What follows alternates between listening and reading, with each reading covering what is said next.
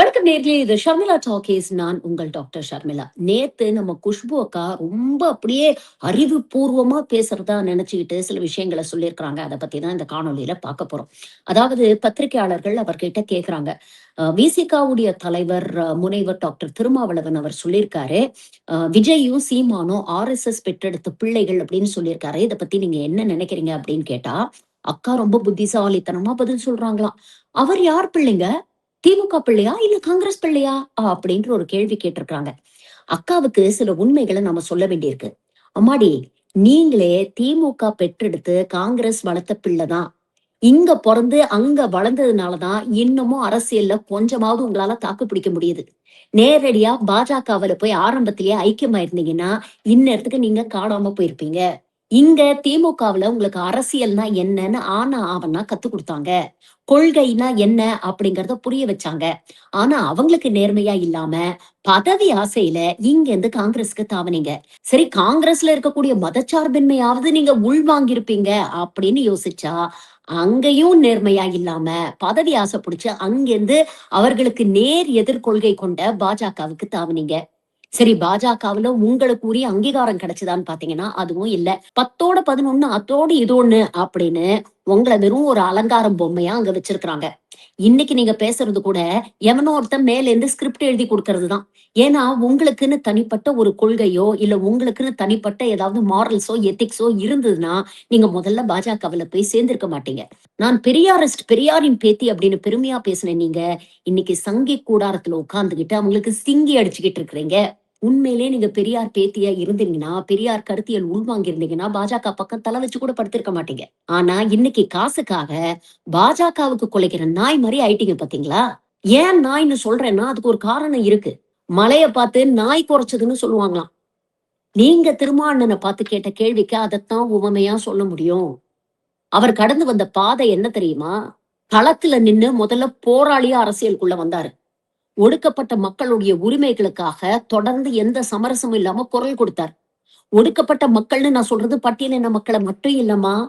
உங்கள மாறிய சிறுபான்மையினர், ஆதிக்க சமூகத்தில் இருக்கக்கூடிய ஒடுக்கப்பட்ட பெண்கள்னு எல்லாருக்கும் சேர்த்துதான் அவர் பேசிட்டு இருக்கிறாரு இந்த நிமிஷம் வரைக்கும். தொடர்ந்து கால் நூற்றாண்டுக்கு மேல அரசியல் களத்துல ஒரு போராளியா வந்து, அதுக்கப்புறம் அவர் பின்தொடர்ந்து வந்த அந்த தொண்டர்களை அரசியல் படுத்தி, அவங்களுக்கு பெரியாரிசம்னா என்ன? அம்பேத்கர்னா யாரு? கால் மார்க்ஸ்னா யாரு? சமூக நீதினா என்ன? சுயமரியாதைனா என்ன? இதெல்லாம் கத்து குடுத்து, பக்குவப்படுத்தி, ஒரு அரசியல் மயப்படுத்தப்பட்ட, சிந்திக்க தெரிஞ்ச ஒரு தொண்டர் படைய வச்சிருக்கிறாரு. ஆனா நீங்க என்ன பண்ணிட்டு இருக்கிறீங்க?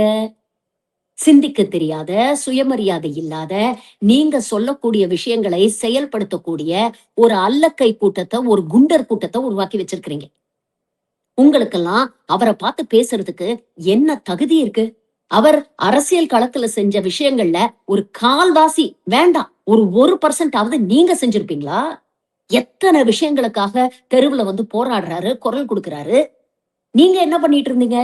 மணிப்பூர்ல உங்க கட்சியைச் சேர்ந்தவர்கள் 2 பெண்களை நிர்வாணப்படுத்தி ஊர்வலமா கூட்டிட்டு போம்பொழுது, நேஷனல் கமிஷன் ஃபார் விமென்ல நீங்க ஒரு மெம்பர். ஆனா குறைஞ்சபட்சம் அவங்க மீது எந்தவித கண்டனமும் பதிவு பண்ணாம உட்கார்ந்து ரீல்ஸுக்கு டான்ஸ் ஆடிட்டு இருந்தீங்க. அப்படிப்பட்ட நீங்க அண்ணன் திருமாவை பத்தி என்ன தகுதி இருக்கு உங்களுக்கு எல்லாம் பேசுறதுக்கு? இதுக்கு தான் சொன்னேன், மலைய பார்த்து நாய் குறைக்குது அப்படின்னு. உங்க கட்சியுடைய பெரிய தலைவர்களே அண்ணன் திருமா சொன்னதுக்கு வாயை மூடிட்டு பேசாம இருக்கிறாங்க. ஏன்னா அவங்களுக்கு நல்லா தெரியும் அண்ணன் திருமா சொன்னது எவ்வளவு பெரிய உண்மைன்னு. அதனாலதான் அதை எதிர்த்து நயினார் நாகேந்திரனோ, இல்ல தமிழிசை சவுந்தரராஜனோ, இல்ல வேற யாருமோ வாயே திறக்கல. உங்களுக்கு மட்டும் அப்படி எங்கேருந்து அறிவு பொங்கி வழியுது? சரி, அவர் சொன்னது உண்மை இல்லைன்னே நம்ம வச்சுப்போமே. களத்துல இருக்கக்கூடிய நிகழ்வுகள் அவர் சொன்னதுக்கு நேர் எதிராக இருக்கா? இல்லையே. அவர் சொன்னதுக்கு ஏத்த மாதிரி தானே இங்க எல்லாமே நடந்துகிட்டு இருக்கு. கிறிஸ்துமஸ் அப்படிங்கிறது எல்லாரும் ரொம்ப சந்தோஷமாக கொண்டாடக்கூடிய ஒரு விழா. ஆனா அந்த சந்தோஷத்தை எல்லாம் சாகடிக்கிற மாதிரி இந்த சங்கி கூட்டம் இவர்கள் ஆளக்கூடிய மாநிலங்கள்ல எல்லாம் வன்முறையை கட்டவிழ்த்து விடுறாங்க. சின்ன சின்ன குழந்தைங்கள்ல ஆரம்பிச்சு வயசானவங்க வரைக்கும் அடிச்சு துவம்சம் பண்ணி அவங்கள வற்புறுத்தி ஜெய் ஸ்ரீராம் சொல்லுங்க அப்படின்னு அவங்கள கட்டாயப்படுத்தி அவங்கள ஒடுக்கி இதெல்லாம் நீங்க வேடிக்கை தானே பாத்துட்டு இருந்தீங்க. எங்கேயாவது ஒரு இடத்துல ஒரு பெண்ணா, அதுவும் ஒரு சிறுபான்மை சமூகத்தை சேர்ந்த பெண்ணா, நீங்க ஏதாவது ஒரு கண்டனத்தை தெரிவிச்சீங்களா? நீங்க ஒரு சிறுபான்மை சமூகத்தை சேர்ந்தவர் தானேம்மா. இன்னைக்கு வேணா நீங்க ஒரு சங்கியா மாறி இருக்கலாம். ஆனா பிறந்து வளர்ந்ததெல்லாம் அந்த மத பாரம்பரிய பின்னணியில தானே. உண்மையிலேயே அந்த மதத்தை சார்ந்தவர்கள் எப்படி இருப்பாங்க அப்படிங்கிறது உங்களுக்கு தெரியாதா? சரி, உங்களுக்கு மத நம்பிக்கை வேணா இல்லாம இருக்கலாம். மனிதம் கூடவா இல்லாம போச்சு? தன்னை ஒரு பெரிய பெண் போராளி மாரி நீங்க சித்தரிக்கிறீங்களே. பெண்களுக்கு ஒண்ணுன்னா அப்படியே குஷ்பு உடல் பதறுவாங்க. அப்படிங்கிற ரேஞ்சுக்கெல்லாம் வீரவசனம் பேசியிருக்கீங்களே. சின்ன சின்ன குழந்தைங்கள இன்னைக்கு கேரளால போட்டு அடிச்சிருக்காங்க. ஏதாவது கண்டனம் தெரிவிச்சீங்களா? இல்ல உங்களுடைய குழந்தை விஜய் இருக்காரே, அவர் யாராவது கண்டனம் தெரிவிச்சாரா? கேரளால தான் அவருக்கு ஏகப்பட்ட ரசிகர் கூட்டம். கிறிஸ்துமஸ் சமத்துவ விழான்னு ஒண்ணு நடத்த தெரிஞ்சதே. Praise the Lord. பெண்களுக்கு ஒரு பிரச்சனைனா விஜய் அங்க இருப்பான். மக்களுக்கு ஒரு பிரச்சனைனா விஜய் அங்க இருப்பான். அப்படின்னு வீரவசனம் பேச தெரிஞ்சதே. நாடு பூரா சிறுபான்மையருக்கு எதிராக, அதுவும் கிறிஸ்துமஸ் தினத்துல கிறிஸ்டியன்ஸ்க்கு எதிராக இவ்ளோ வன்முறையை கட்டவிழ்த்துக்கிட்டு இருக்கு இந்த சங்கி கூட்டம். ஏதாவது ஒரு கண்டனம் அவர் தெரிவிச்சாரா? அவர் கட்சியில இருக்கக்கூடிய அல்லக்கைகளை வச்சு பதிவு போட சொல்றாரு. அந்த தொடர் நடிகைகளும் எந்த இடத்துலயும் RSSஓ, பாஜகவோ, சங் பரிவாரோ, பஜ்ரங் தள்ளோ, விஸ்வ இந்து பரிஷத்தோ இந்த வார்த்தைகளே வராம பொத்தாம் பொதுவா ஒரு பதிவு போட்டுட்டு நகர்ந்து போறாங்க. அப்ப யாருடைய அல்லக்கையா, யாருடைய பிள்ளையாக விஜய் இங்க செயல்படுறாரு? சரி, நீங்க தான் சொல்றீங்கல்ல, விஜய் எங்க பிள்ளை இல்ல அப்படின்னு மறுக்கிறீங்கல்ல. அப்போ விஜய் கண்டனம் தெரிவிக்கல அப்படிங்கும் பொழுது அதற்காவது நீங்க கண்டனம் தெரிவிச்சிருக்கலாம் இல்லையா? பாஜக தரப்புல இருந்து விஜயை கண்டித்து ஏதாவது ஒரு அறிக்கை வந்ததா? சிறுபான்மையருக்காக சமத்துவ கிறிஸ்துமஸ் விழா கொண்டாடக்கூடிய விஜய் சிறுபான்மையருக்கு எதிராக இவ்வளவு வன்முறை நடந்துச்சு, இதை ஏன் கண்டிக்கல அப்படின்ற ஒரு கேள்வி நீங்க கேட்டீங்களா? இல்ல உங்க கட்சியில இருக்க தலைவர்கள் கேட்டாங்களா? மாறாக பியூஷ் கோயல் என்ன தெரியுமா சொல்றாரு? விஜய விமர்சிக்காதீங்கப்பா, விஜய கடுமையாக எந்த பொது மேடையிலும் பேசிடாதீங்கப்பா.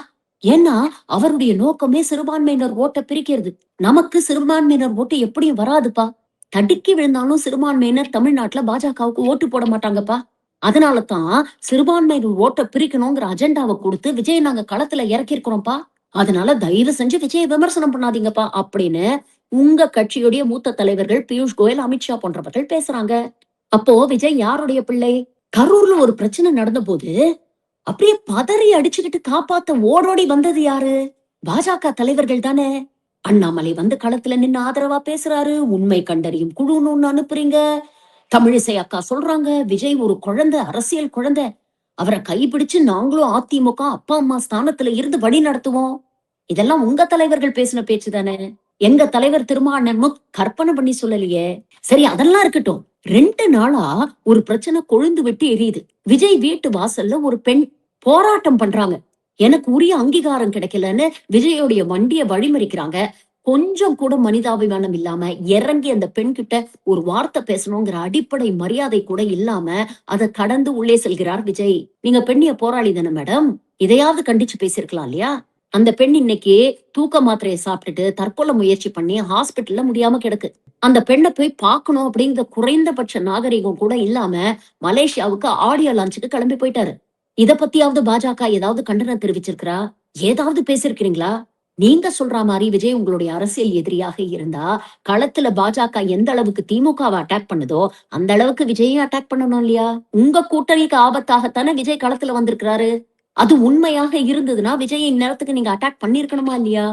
மாறாக ஏன் பொத்தி பொத்தி பாதுகாக்கிறீங்க? இது எல்லாத்தையும் மக்களுக்கு புரிய வைக்கணும் அப்படிங்கறதுனால்தான் விஜய் RSS பெற்ற பிள்ளை அப்படின்னு பேசினார். சீமான பத்தி சொல்லவே வேண்டாம். அவர் என்னைக்கோ RSS கைக்கூலியா மாறிட்டாரு அப்படிங்கிறது இங்க இருக்கக்கூடிய மக்களுக்கே தெரியும். அதனாலதான் 10 வருஷம் ஆனாலும் பயிற்சி முயற்சி பயிற்சி முயற்சின்னு அங்கேயே வச்சிருக்கிறாங்க. இதுக்கு மேல உனக்கு வாய்ப்பில்லடா ராஜா அப்படின்னு தமிழக மக்கள் ரொம்ப தெளிவா சொல்லிட்டாங்க. இன்னைக்கு அண்ணன் திருமா பேசின விஷயம் தமிழக மக்களுக்கு நல்லா தெரியும். அதுல இருக்கக்கூடிய உண்மைகள் தமிழக மக்களுக்கு நல்லா புரியும். உங்களை மாதிரி காசுக்காக கூவக்கூடிய கைக்கூலிகளோட வார்த்தைக்கு இங்க எந்த மதிப்பும் மரியாதையும் இருக்காது. என்னைக்கு பாஜகவுக்கு போனீங்களோ அன்னைக்கே நீங்க 10ஓட சேர்ந்து 11. உங்களுடைய அரசியல் முகவரி அப்படிங்கிறது காணாம போயிடுச்சு. ஆனா அண்ணன் திரும்ப அப்படி இல்ல. தொடர்ந்து களத்துல நின்னு எந்த சமரசமும் இல்லாம இந்த சங்கி சனாதன கும்பலை எதிர்த்து போராடிட்டு இருக்கிறார். அதற்கு அரசியல் ரீதியாகவும் எந்த சமரசமும் பண்ண மாட்டோம் அப்படிங்கறத தெளிவா மேடையிலேயே சொல்லிட்டாரு. எங்களுக்கு சீட்டு முக்கியம் இல்ல, தேர்தல்ல போட்டி போடலைனாலும் பரவாயில்ல. ஆனா இந்த சங் பரிவார் கும்பலை எதிர்த்து தொடர்ந்து நான் களத்துல நின்னு போராடுவேன். ஏன்னா இது வெறும் அரசியல் போர் மட்டும் இல்ல, இது ஒரு சித்தாந்த போர் அப்படிங்கறதுல அவர் ரொம்ப தெளிவா இருக்காரு. அந்த தெளிவு இருக்கிறதுனாலதான் இன்னமும் களத்துல நிக்கிறாரு. மக்களிடையே அவருக்கு மரியாதை இருக்கு. அந்த மரியாதை மக்கள் மனசுல இருக்கிறதுனாலதான் இன்னைக்கு 2 பொது தொகுதியில ஜெயிச்சு 2 MLA-க்களா தேர்ந்தெடுக்கப்பட்டிருக்கிறாங்க. 4 எம்எல்ஏக்கள் இருக்கிறாங்க, 2 எம்பிக்கள் இருக்கிறாங்க. அந்த கட்சிக்கு அங்கீகாரம் கிடைச்சிருக்கு. இந்த அங்கீகாரம் மக்கள் குடுத்த அங்கீகாரம். அவங்க களத்தில் செய்யக்கூடிய நேர்மையான அரசியலுக்கும், எந்தவித கருத்தியல் சமரசமும் இல்லாம செய்யக்கூடிய அரசியலுக்கும் மக்கள் குடுத்த அங்கீகாரம். இந்த அங்கீகாரமும், இந்த அபிமானமும் நாளுக்கு நாள் ஒசந்துகிட்டே இருக்கும் தவிர, உங்கள மாரி காசுக்கு விலை போன கூட்டத்துக்கு தமிழக மக்கள் என்னைக்குமே அங்கீகாரமும் குடுக்க மாட்டாங்க, மரியாதையும் குடுக்க மாட்டாங்க.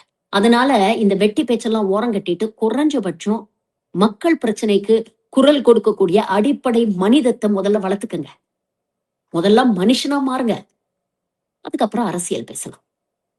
நன்றி. வணக்கம்.